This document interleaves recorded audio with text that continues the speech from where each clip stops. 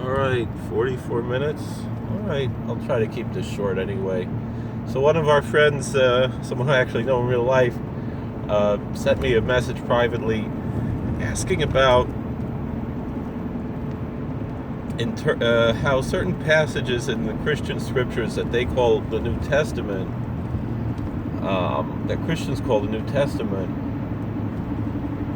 are often interpreted to mean that the laws of kosher no longer apply. And how are we to approach that? Now, I'm not really a New Testament scholar. I've read through it once a few years ago. Have some basic familiarity with it. Obviously, it's not part of my devotional canon. Although I find it interesting for historical reasons. But one thing I often say is that,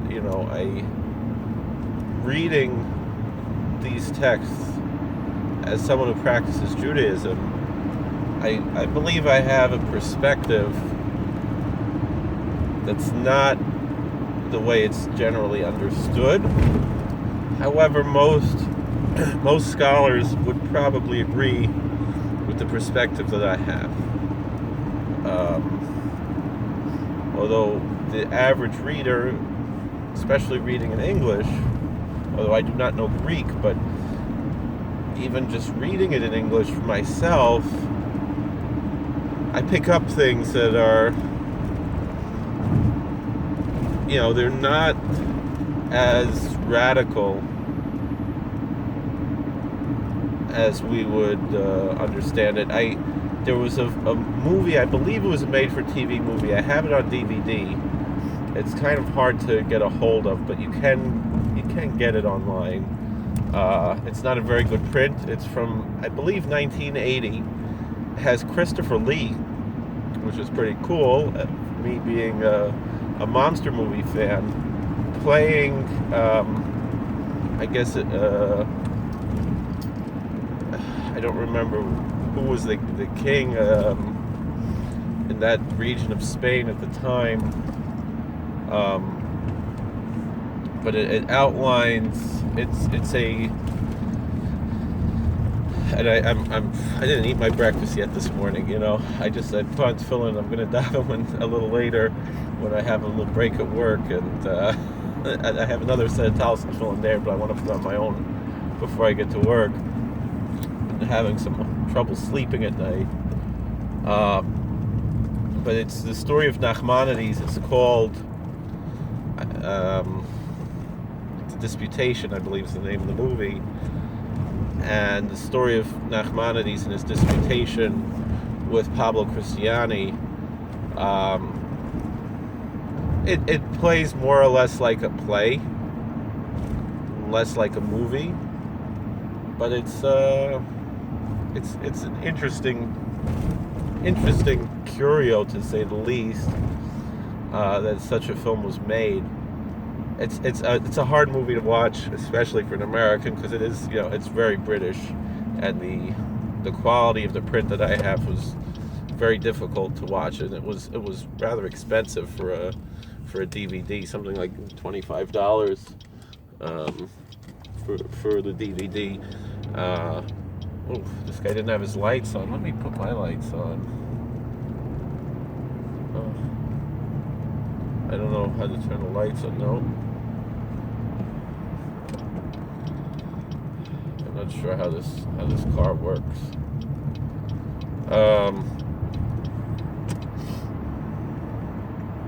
I definitely need the lights on.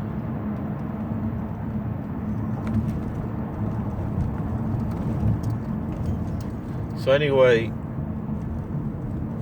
in this movie, Nachmanides, Rabbi Moshe ben Nachman, says something along the lines that he studied the entire text, what Christians call the New Testament, and he finds nothing in there that's really supportive of some of the major doctrinal differences between Christianity and Judaism. in the actual text. Most of the major ideas, again, it goes back to what I talk about, this whole idea of how Protestants consider themselves to follow a doctrine of sola scriptura, but I find that to be intellectually dishonest. There is no such thing as sola scriptura. It doesn't exist, and I don't mean that to be disrespectful. But just about every Protestant or otherwise non-Catholic, sometimes they don't like to use the term Protestant because I think a lot of them want to distance themselves from Luther to a certain extent. But they, whatever. That's their business. It's none of my business. I don't have, I'm not. I don't think Luther was a bad guy just because he said some things that were hateful against Jews. He was being true to his faith as he understood it, and I don't have issues with that personally. And he certainly changed the Western world in a remarkable way, and so much of what we have today would not be if not for the Protestant Reformation. Now, is he directly responsible for all of that, or was it more how it was spread? And very similar to how in the Jewish world, the Hasidic movement, the Baal Shem Tov himself, I don't know how much it was that he was even really starting a movement, and it was more when the Mizritcher Maggid started sending out his disciples to be rebbes all over Europe, that's when things really took off, and then it just spread from there. All right, so now we're out of the fog. In fact, we can. So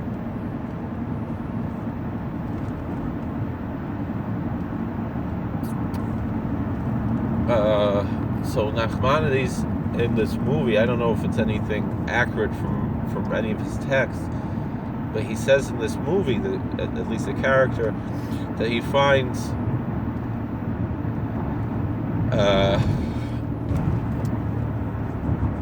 the church of what Christians call the New Testament to not be idolatrous, not be pagan, not be idolatrous, although there's certain things in that movie that are a little bit anti-Christian and shockingly pro-pagan that I find make me a little bit uncomfortable, although there's meaning in what he's saying there. But again, it's a movie. It's not actually Nachmanides, But and using Nachmanides in that way is a little uncomfortable, but it is what it is.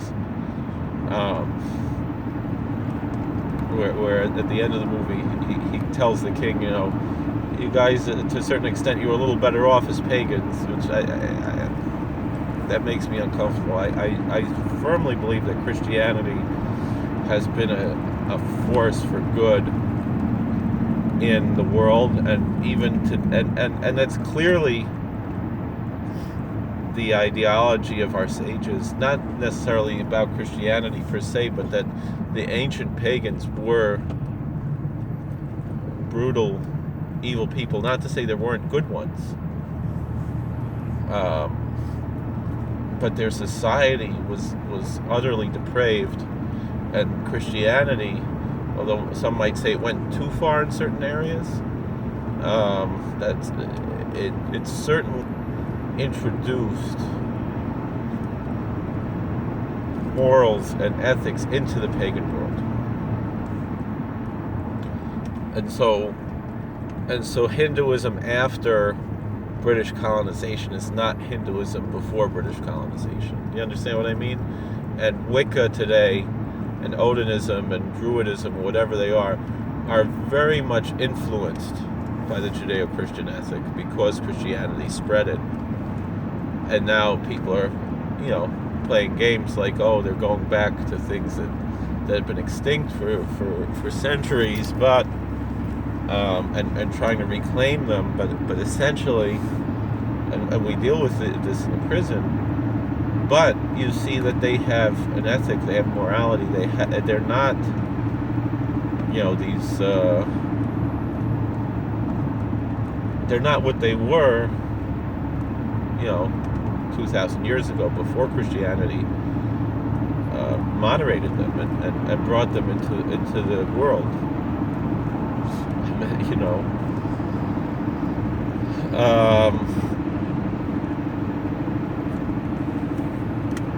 So, but there's a balance. There is a balance.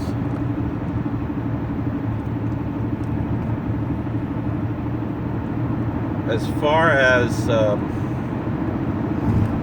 but what he said, so then he found nothing idolatrous and so forth in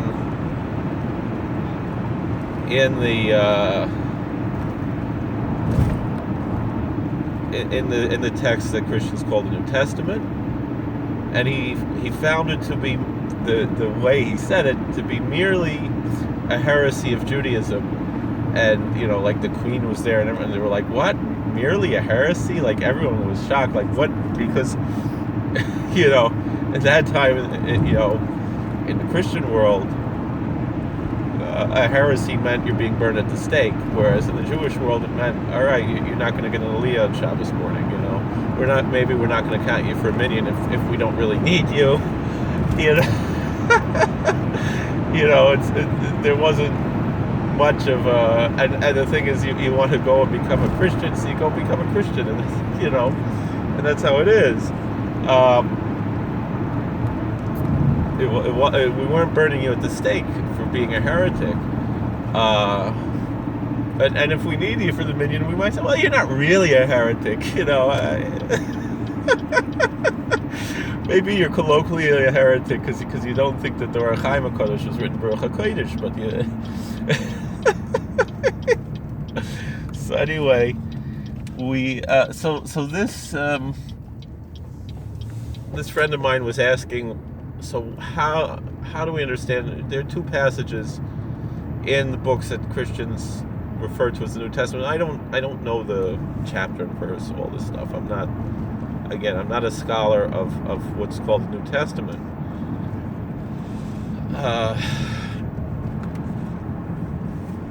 But the one passage, we'll mention what the two passages are, and you probably, if you have any familiarity with this text, you know what you know what I'm referring to. So the one is where the Pharisees ask Jesus, why do you spend time with sinners? And look, they don't even wash their hands before they eat. Now, nowadays, we understand that washing your hands before you eat is good hygiene. I don't know how well that was understood in that time, although it's clear that the Torah understood that good hygiene is important. The book of Deuteronomy discusses, proper disposal of feces, which was unheard of in that era, and even to today in certain cultures where feces is just everywhere, and you just dump it out the window or whatever, and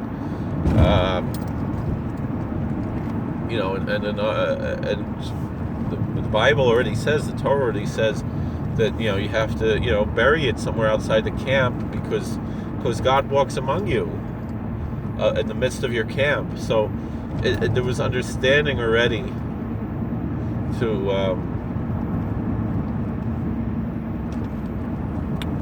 that cleanliness is next to godliness. It's already in the Bible.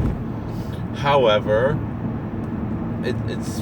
it would seem Now, we understand in the rabbinical tradition that King Solomon instituted the washing of hands as a ritual, and it's considered to be a rabbinical mitzvah, which is related to what Deuteronomy says, that you should not deviate to the left or the right of what the judges teach you. And so, since this was a judgment that was passed by the court in the time of King Solomon, this is something that's binding on the Jewish people to wash hands. And yet we see already in his time there were people who were not Nizar in the Netilas Yadayim, who didn't, and so they were eating bread without washing.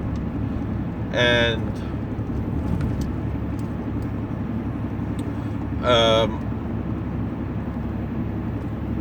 it doesn't say whether or not Jesus himself washed his hands,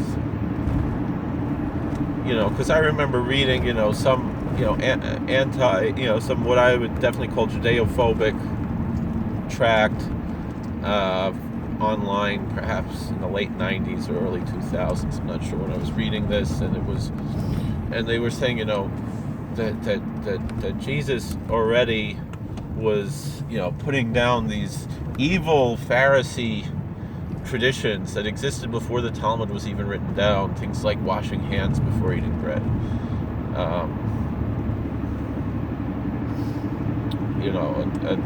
How this all came from Babylon and all kinds of nonsense like that you'll hear. And those types of things make me sensitive to what Muslims often go through in that regard, but also makes me sensitive to what Christians are accused of as well. So I'm not saying this to be negative toward Christianity, and even toward those who interpret these things that way. I can respect their religious freedom, even though I disagree. Because I see in most other things, just like we talked about Luther, talking about destroying all the synagogues and everything, and being upset that the Jews, love the Book of Esther so much, because and things like that,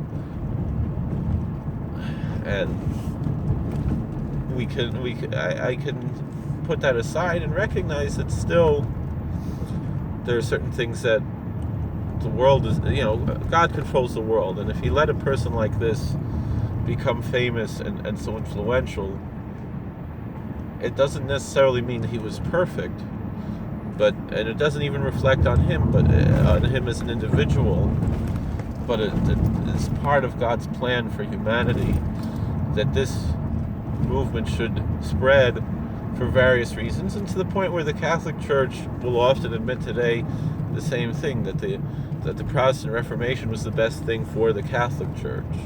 A lot of Catholics will say that, not all will, and maybe they'll say that publicly, and privately they'll say something else. But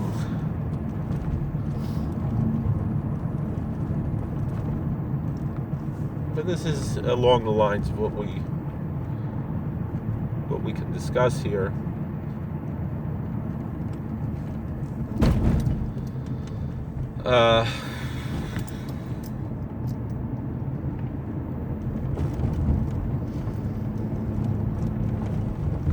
But what, and I've said it before, and I'll say it again, like that secular Bible scholar said, the Bible is pure energy, and really everyone's going to interpret the Bible their way. It's not, but you're not going to have, especially, and each denomination is going to have their interpretation. And so I don't, like I said, forgive the Catholic Church for having their traditions, and I don't even forgive the Protestants for claiming to be sola scriptura, but really adopting Catholic teachings in certain areas that meaning, the classic example I always give is the fall of Lucifer. That passage is not talking about Satan in any way. It's talking about Nebuchadnezzar and comparing him to the planet Venus, how it appears in the sky, and that's it. And that's all it is. And it's nothing to do with the devil, but that is something that, and there's another passage in Ezekiel, a similar passage, that's often interpreted along those lines, and at least, I had some explanation from some Protestants about how to approach that. What does that mean exactly? How do we accept that as, how are you justifying this when you're claiming to be sola scriptura? And they have their claims that this could not be talking about King Nebuchadnezzar, but the context is clear. It's talking about King Nebuchadnezzar, and it's in the form of a parable. So it's and certainly it's not what the Bible says. It's how it's being interpreted homiletically, perhaps, and I'm not just saying that because that's not how we interpret it homiletically. But we don't have any tradition like that. I remember one guy in shul years ago when I had my own shul, and he said, who is this Yahel? Because that's what the name Lucifer is translated in English, and in Hebrew it says Yahel, and it appears only one time in Scripture, and it's talking about the Ben Shachar, the son of the morning star. It's planet Venus, and that's all it is. The bright one, the son of the morning. It means planet Venus, and that's all it means. It's not talking about the devil.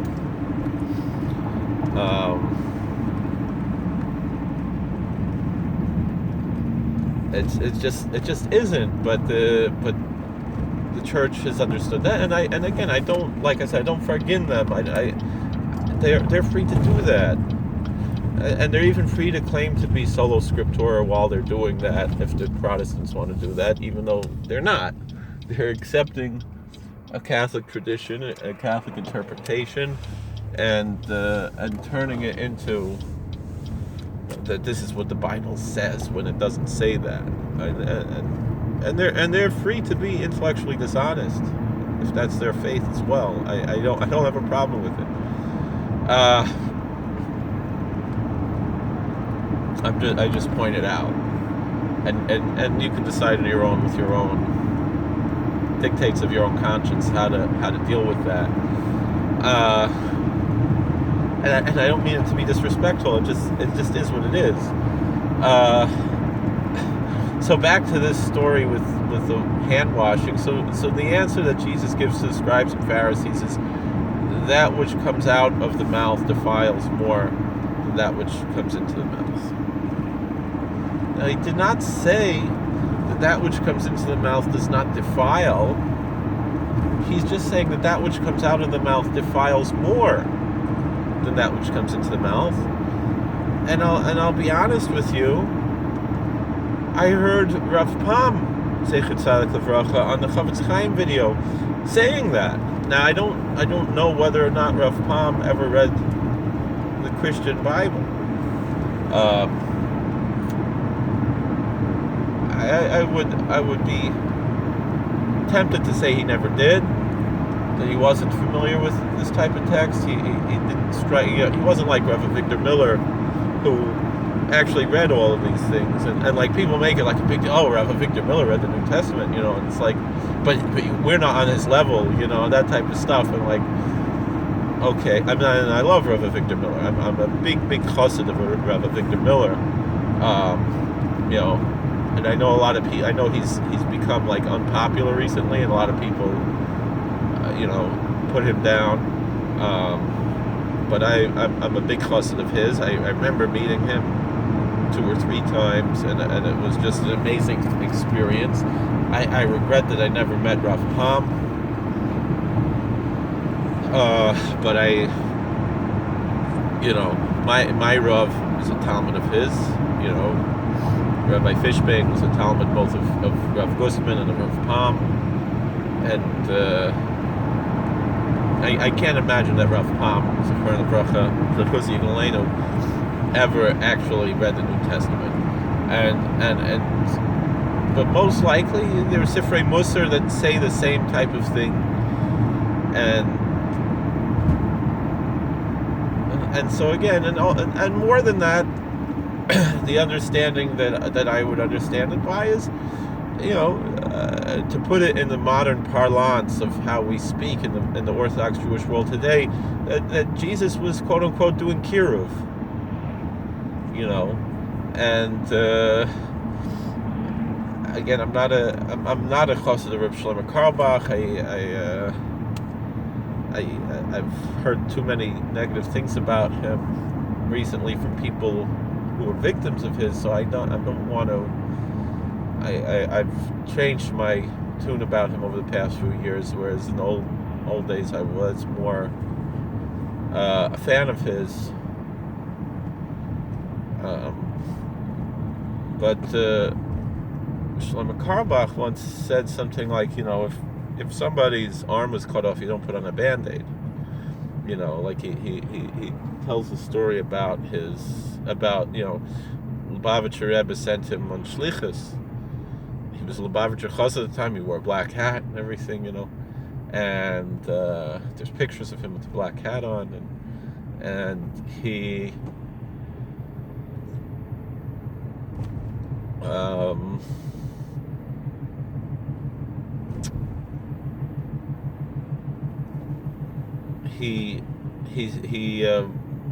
had it was boys and girls together. He started a concert. Something the Lubavitcher Rebbe said, and the Lubavitcher Rebbe was right. You can't boys and girls sing together. So when he said, we have to sit separately, and Shlomo was also right in his way. They were both right, but you have to understand where it's coming from. I'll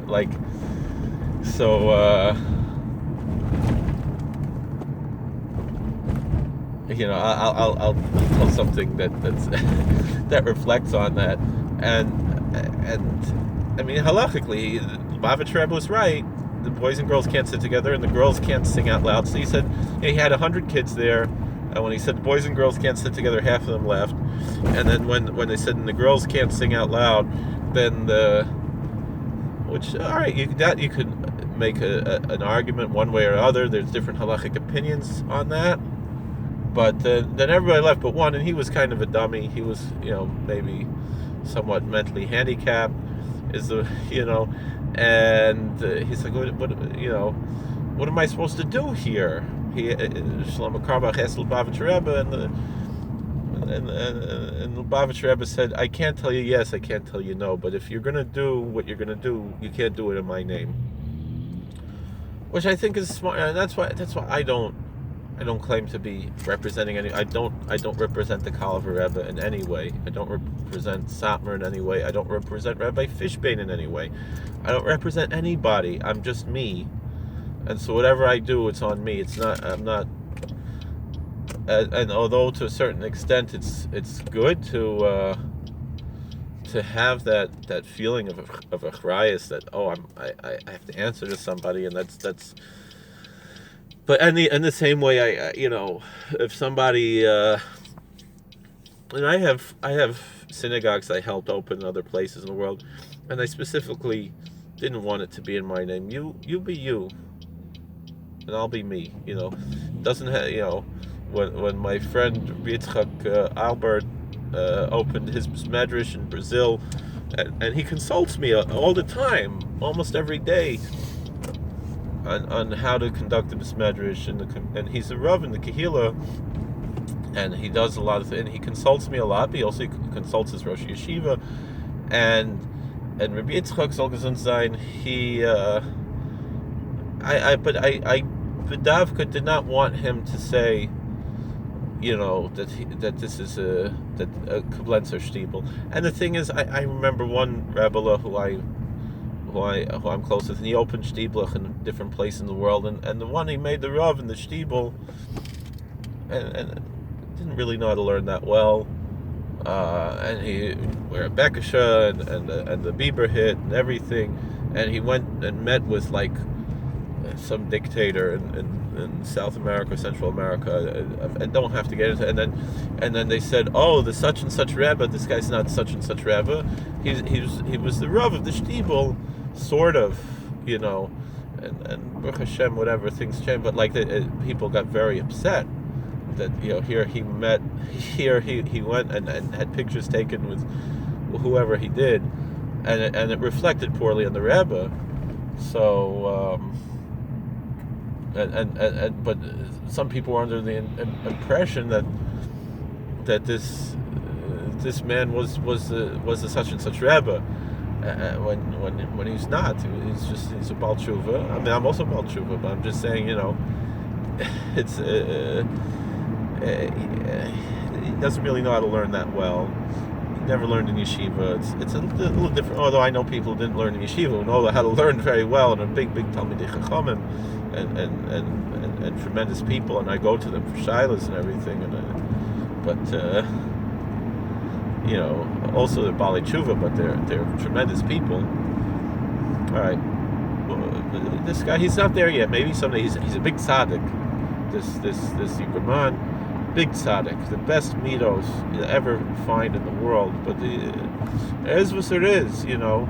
And he did, and I've done a lot of foolish things, so I can't fault him. I would have probably done the same thing if I had opportunity like that, to be honest.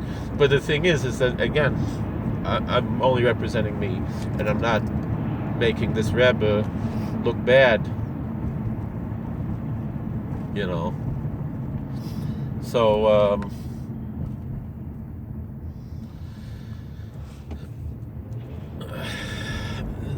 but back to what we're talking about with the story with the Netilas Yadayim, everything. Again, he wasn't saying don't keep kosher, don't wash your hands. He's just saying, I'm trying to get these guys who are very far. You know, it's like the story. I mean, Rabbi Weinberger's stories are just, you know, it's like, you know, Rabbi Weinberger tells the one story with the Sklener Rebbe's Sklener Rebbe called him and said, I need you, you know, there's this kid from Kiryas Yoel who, you know, he's on drugs, and he has, you know, non-Jewish girlfriends and whatever he is, and he's in a very, very difficult situation, very far from Yiddishkeit, not keeping anything. And Rabbi Weinberger, you know, sat and counseled him for a while. He said, you know, you don't have to be Chassidish, you know, you could be modern Orthodox, but you could keep Shabbos and Kashrus and Taras Mishpach and whatever. So then, you know, he felt like he accomplished something. He got this kid from Sholtachtis, you know, to something, you know, and the kid's father called Rabbi Weinberger and said, "Die was der, was gesucht für Mann sehen, darf nicht unten in der Strammel noch der Chassene. You know, you're the one who told my son he doesn't have to wear a strammel after he gets married." He said, "Excuse me, are you serious?" Like, and even the Sklener Rebbe, you know, he agreed, you know, and so maybe, you know, the quote unquote Pharisees of that, you know, that were dealing with Jesus, they were like that. They were like, you know, you're telling these guys that they don't need to wear a Bein Tam tefillin, they don't need to put on a gartel, you know. I mean, Netilas Yadayim is more than that. Netilas Yadayim is actual din d'Rabbanan, but again, like, you're understanding where they're coming from and who you're dealing with, and that's what was most likely going on there. Obviously, you know, the church wants to make the Jews look bad. Not today. I'm saying the early church wanted to make the Jews look bad, so they would make it into like that, you know, that Jesus was making some kind of statement against Judaism. But that's not what was going on here. I mean, clearly from the context, how I understand it. Again, obviously the church has to follow their understanding of this. Now the thing is, I'm not saying that Gentile Christians have to keep kosher. That's for a different reason, and you know, we've discussed that, you know, the 7 laws of Noah and all that stuff, and what Rav Yaakov Emden had to say about Christianity, and you know, things like that.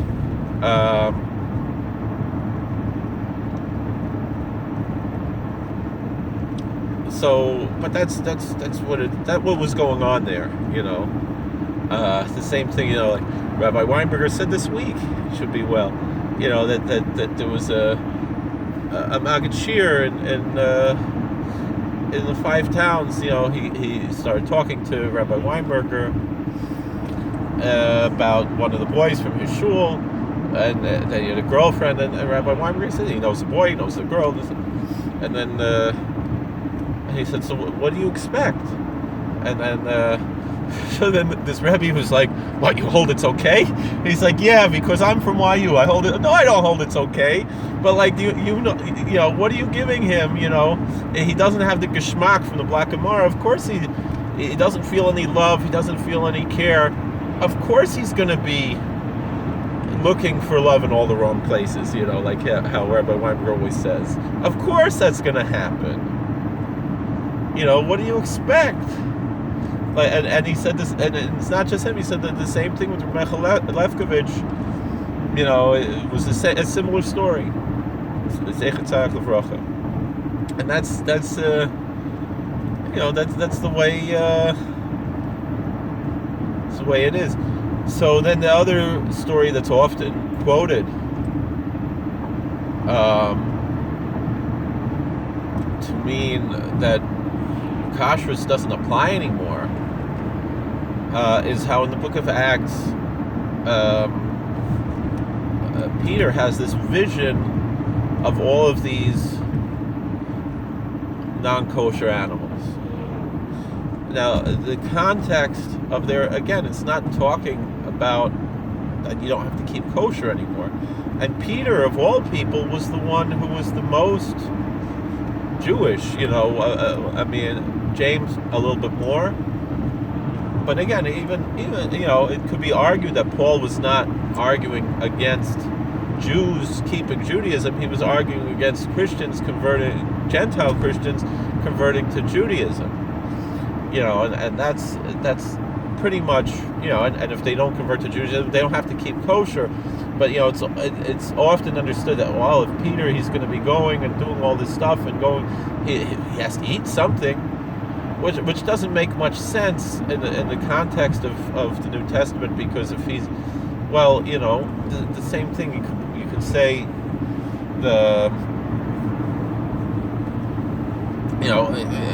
if you say, well, you could drink poison and handle snakes, and the faith of God will sustain you. So the same thing, the faith of God could sustain you without eating pork and without mixing meat and milk. So it's dubious and spurious and specious to say that this is what. But of course, again, this is how the church understands it. And again, I don't fargin them. But again, and certain other groups, so you're going to have the best way to answer something like this is not necessarily because I'm Jewish, I'm not Christian, it's none of my business what they do.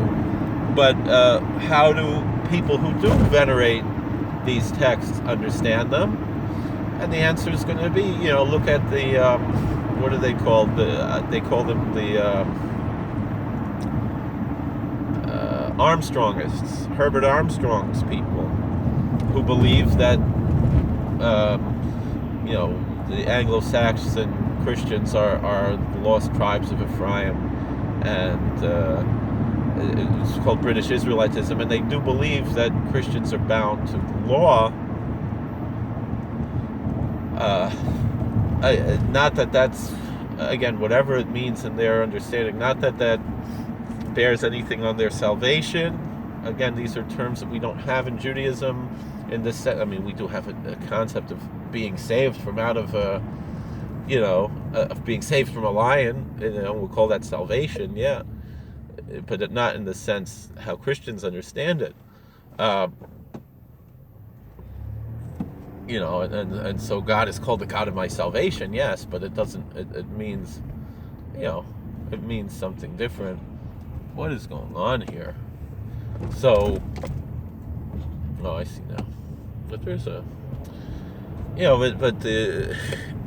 again, they're using the same words. It's like, again, someone else who I don't have to necessarily quote, but he's a valuable resource, even if he's a flawed individual, as I am too. I'm also a very flawed individual. I'm a big sinner. And I have to work on myself, and I have to fix myself very much. But he said, that God created the Mormons, so the Christians should know how the Jews feel. Meaning they're using the same terminology to mean something that's totally different, and using even the same texts, but then they add something new. That's how they get to it. But anyway.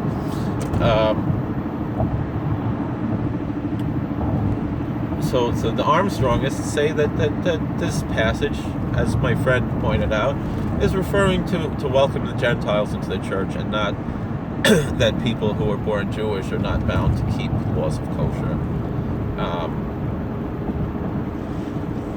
And that's it. That's pretty much what I have to share. So thank you for watching. God bless. Please like, share, and subscribe. Comment. Let me know what you think.